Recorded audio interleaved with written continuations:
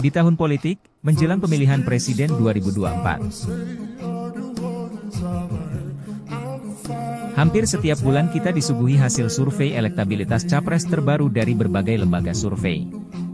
Hampir setiap hari, hasil survei tersebut berseliweran di laman akun media sosial kita.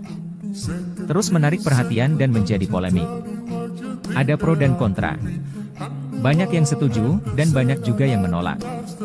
Banyak yang percaya, tapi banyak juga yang tidak. Apakah hasil survei ini kredibel dan dapat dipercaya? Apakah ada parameter lain yang lebih baik untuk mengukur elektabilitas capres? Kita akan coba review nanti. Tapi sebelumnya, kita lihat rekam jejak hasil survei capres selama ini. Pemilihan Presiden 2014. Hasil survei elektabilitas calon presiden ini mulai marak menjelang 2014 lalu. Kala itu, banyak lembaga survei mulai naik daun dan dikenal publik. Misalnya LSI, SMRC, Carta Politika, Indobarometer, Litbang Kompas, dan lain-lain. Ada dua pasangan capres yang maju kala itu, dengan calon presidennya adalah Joko Widodo dan Prabowo Subianto. Kebanyakan hasil survei lembaga survei memenangkan Joko Widodo atas Prabowo Subianto, dengan selisih elektabilitas antara 2 hingga 4%. Meski demikian, ada juga beberapa lembaga survei yang memfavoritkan Prabowo. Dan hasil akhir Pilpres 2014, seperti kita tahu, dimenangkan oleh Joko Widodo. Dengan 53% melawan 46%. Apakah dengan demikian mayoritas hasil survei yang menjagokan Jokowi bisa dipercaya 100%? Mungkin ya. Mungkin juga tidak. Pemilihan Presiden 2019. Pada Pilpres 2019, lagi-lagi disemarakan oleh hasil-hasil survei elektabilitas capres. Kontestasi pemilihan presiden tahun itu merupakan pengulangan Pilpres 2014, Joko Widodo melawan Prabowo Subianto. Skenarionya hampir sama dengan tahun 2014. Yaitu banyak lembaga survei yang mengunggulkan Jokowi. Beberapa lembaga survei memenangkan Prabowo. Dan saat hasil akhir Pilpres 2019, lagi-lagi dimenangkan oleh Joko Widodo dengan 55% melawan 45%. Karena hasil survei serupa dengan hasil akhir Pilpres.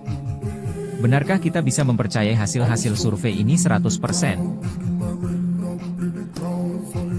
Pilkada DKI 2017. Mundur sedikit ke tahun 2017. Di Jakarta saat itu digelar satu event besar pemilihan gubernur. Yang diikuti Ahok sebagai petahana, Anies Baswedan, dan AHY. Singkatnya, setelah melalui 2 putaran, akhirnya Anies menang telak dari Ahok, 57% melawan 43%. Selisihnya sangat jauh, hampir 15%. Satu fakta dari berita di media Merdeka, di bulan April 2017 disebutkan. Saat putaran kedua, tak ada satupun lembaga survei memprediksi kemenangan telak tersebut. Hanya LSI yang memprediksi kemenangan Anies, itu pun hanya menang 51%. Beberapa lembaga survei memprediksi kemenangan di bawah 50%. Sementara Carta Politika bahkan memprediksi Anies Baswedan kalah. Ini satu-satunya lembaga survei besar dan terkenal yang memprediksi Anies kalah. Bagaimana bisa lembaga survei, yang konon sudah melakukan metode yang sangat akurat, bisa gagal memprediksi kemenangan Anies yang telak tersebut? Beberapa hanya memprediksi menang di bawah 50%, bahkan ada yang memprediksi Anies kalah. Bagaimana bisa? Dari sini, mata publik mulai terbuka. Dalam hal ini bisa kita simpulkan bahwa ada satu atau beberapa faktor kuat yang bisa mempengaruhi hasil survei, sehingga berbeda dengan realita hasil akhir. Faktor-faktor apakah itu? Ini beberapa fakta mengejutkan yang bisa mempengaruhi bahkan mendistorsi hasil survei. Pernyataan Ade Armando. Ahli komunikasi politik dari UI, Ade Armando, pernah mengeluarkan pernyataan tahun 2014, agar publik tak mudah percaya kepada lembaga survei, terutama lembaga survei dadakan yang belum teruji. Dalam hal ini, Ade menyoroti kemungkinan adanya konflik kepentingan dari lembaga survei terhadap capres-capres tertentu. Misal, lembaga survei yang terafiliasi dengan capres tertentu. Hal ini dikhawatirkan akan mempengaruhi hasil survei. Lembaga-lembaga ini cenderung akan memenangkan capresnya, sehingga hasil surveinya tak lagi objektif. Kartu merah lembaga survei. Setelah anomali di Pilkada DKI, publik mulai sadar agar tak mudah percaya dengan hasil survei yang marak beredar. Pada Pilkada DKI, nyata-nyata bahwa Anies Baswedan menang telak dengan selisih 15%. Tetapi hampir semua hasil survei tak mencerminkan kondisi tersebut. Disebutkan di Jawa Pos 21 April 2017, bahwa sudah selayaknya beberapa lembaga survei diberi kartu merah. Pertama, karena hasil surveinya gagal melihat tren elektabilitas Anies yang semakin tinggi. Kedua, karena gagal menangkap selisih kemenangan yang besar. Beberapa lembaga survei justru menyatakan tren Anies semakin menurun, tren Ahok naik, atau jika dikatakan Anies menang, selisih menangnya tipis saja. Lembaga-lembaga survei yang sudah layak mendapat kartu merah tersebut adalah SMRC, Indikator, dan juaranya adalah Carta Politika. Apakah ada unsur kesengajaan? Apakah ada konflik kepentingan? Apakah ada tujuan membentuk opini publik untuk memenangkan pasangan tertentu? Hanya mereka yang harus menjawabnya. Pernyataan Cak Imin dan Mahfudz MD. Di bulan Juni 2023 lalu, Cak Imin, Ketua Umum PKB, sempat membuat heboh jagat medsos dengan pernyataannya di akun Twitternya. Cak Imin menyatakan bahwa ternyata hasil survei bisa dipesan.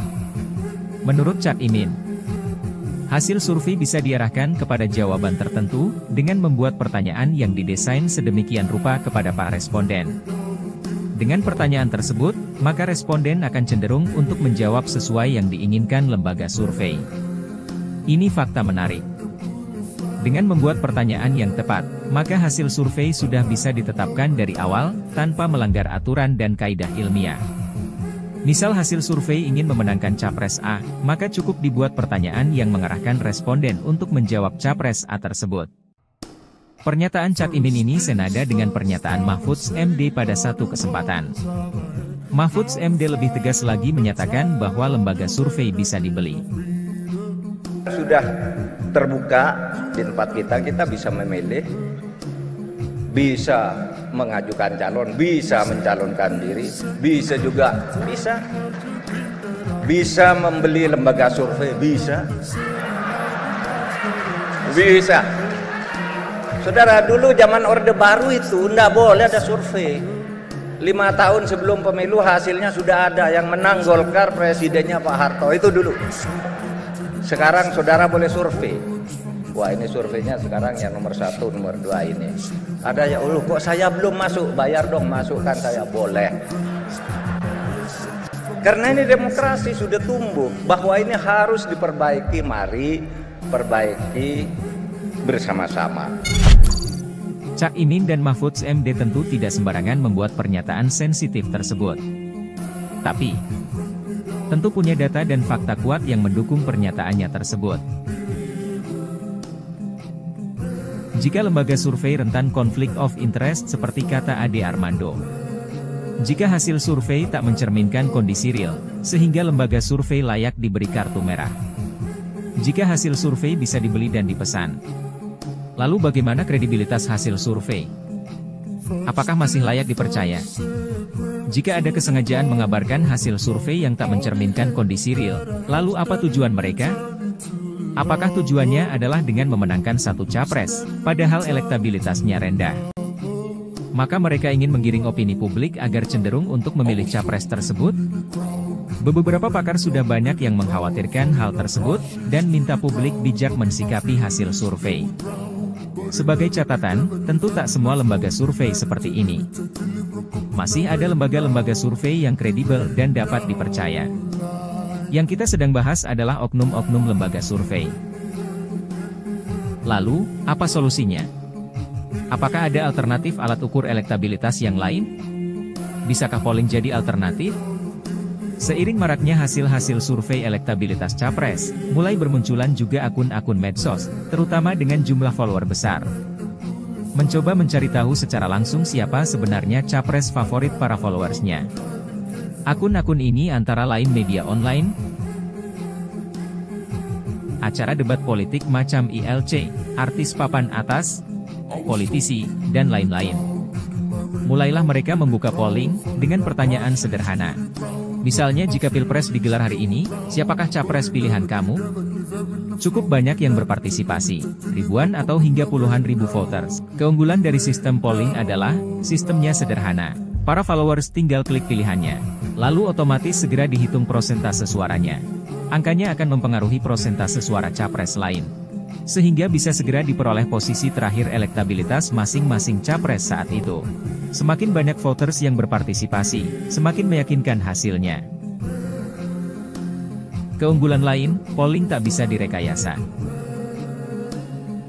Polling tak bisa dibeli. Karena para voters sifatnya random.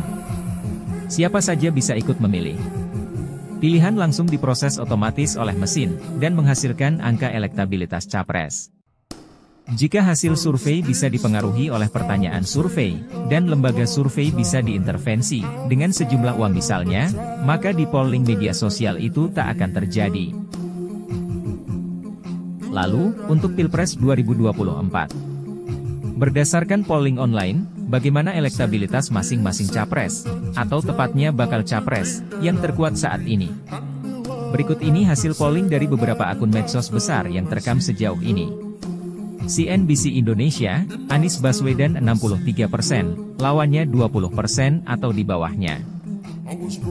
Tribun Wow Official, Anies Baswedan 70%, lawannya 20% atau di bawahnya. ILC, Anies Baswedan 65%, lawannya 20% atau di bawahnya. Akbar Faisal Uncensored, Anies Baswedan 63%, lawannya 20% atau di bawahnya.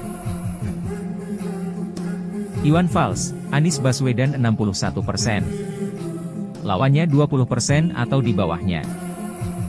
Kesimpulan hasil polling akun besar, Anies Baswedan rata-rata 65%, sedangkan lawan-lawannya antara 15 hingga 20%. Hasil ini konsisten untuk semua polling, votersnya random, tak bisa dibeli, tak bisa direkayasa, karena berdasarkan algoritma masing-masing platform medsos. Meski dinilai cukup kredibel, tapi metode polling punya kelemahan. Kelemahannya adalah tak semua warga Indonesia biasa akses internet.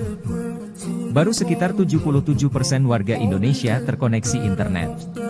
Sisanya 23% tidak. Antara lain masyarakat pedesaan, masyarakat ekonomi lemah, dan yang berpendidikan rendah.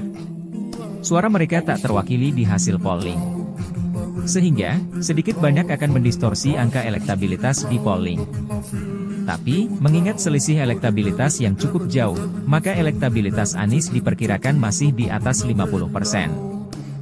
Demikian perbandingan antara hasil survei lembaga survei dan hasil polling. Apakah Anda setuju dengan pendapat tersebut? Apakah Anda punya pendapat sendiri? Silahkan tulis di kolom komentar.